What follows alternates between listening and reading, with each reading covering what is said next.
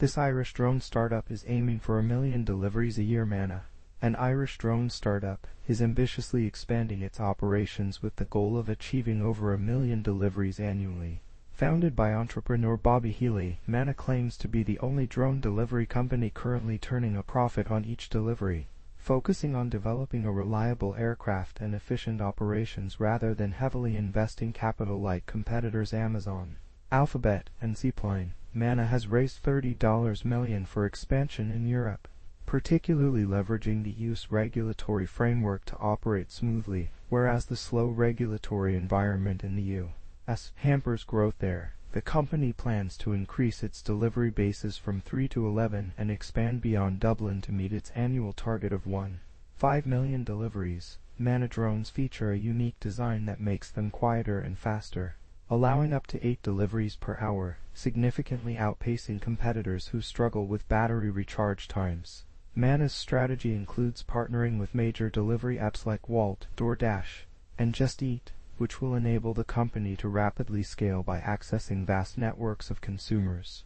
Through such partnerships, Mana expects to handle substantial demand and lower delivery costs, potentially making drone delivery cheaper than traditional road transportation. The startup operates efficiently with minimal staff, remotely monitoring up to 20 drones simultaneously. Mana's in-house developed drones, capable of carrying up to 8 pounds of cargo, operate autonomously, collecting and delivering goods primarily from strip mall landing areas. Healy anticipates that these advancements and strategic partnerships will facilitate their rapid growth and success in the burgeoning drone delivery market.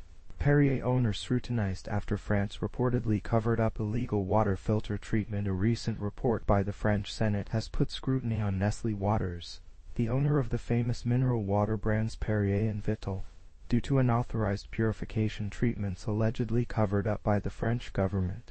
The report revealed that Nestlé used illegal filtering methods for their mineral water, which were against EU regulations for products marketed as natural mineral water.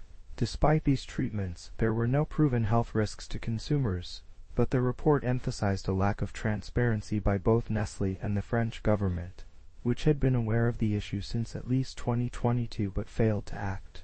The investigation highlighted that President Emmanuel Macron's office was informed of this situation, yet took no significant measures or alerted legal authorities. The relationship between Nestlé and the government was portrayed as overly collaborative, with allegations of state reports being altered under Nestlé's influence. In response to these revelations, Nestlé Waters admitted to using the banned treatments and has paid a €2 million fine. An independent food monitoring organization has filed a complaint against the company for misleading consumers, and a formal investigation is ongoing. Nestlé Waters maintains its product safety and asserts its compliance with regulations regarding their water filtration practices.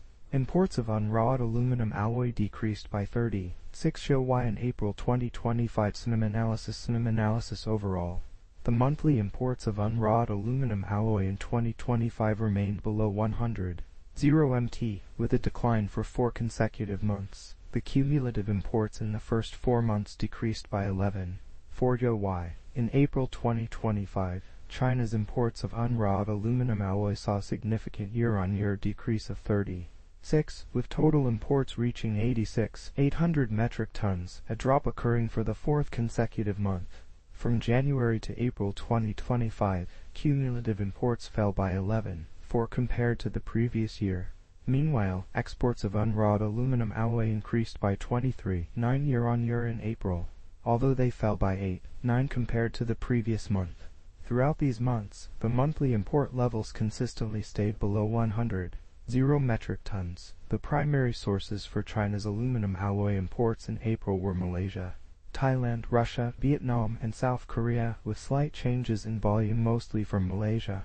The trend of declining imports can be attributed to several factors, including a recovery in import price spread that was short-lived, strengthening overseas prices, and weak domestic demand leading to falling spot prices. As a result, imports continued to operate at a loss, albeit with reduced immediate losses due to factors like narrower import losses and an improved RMB exchange rate.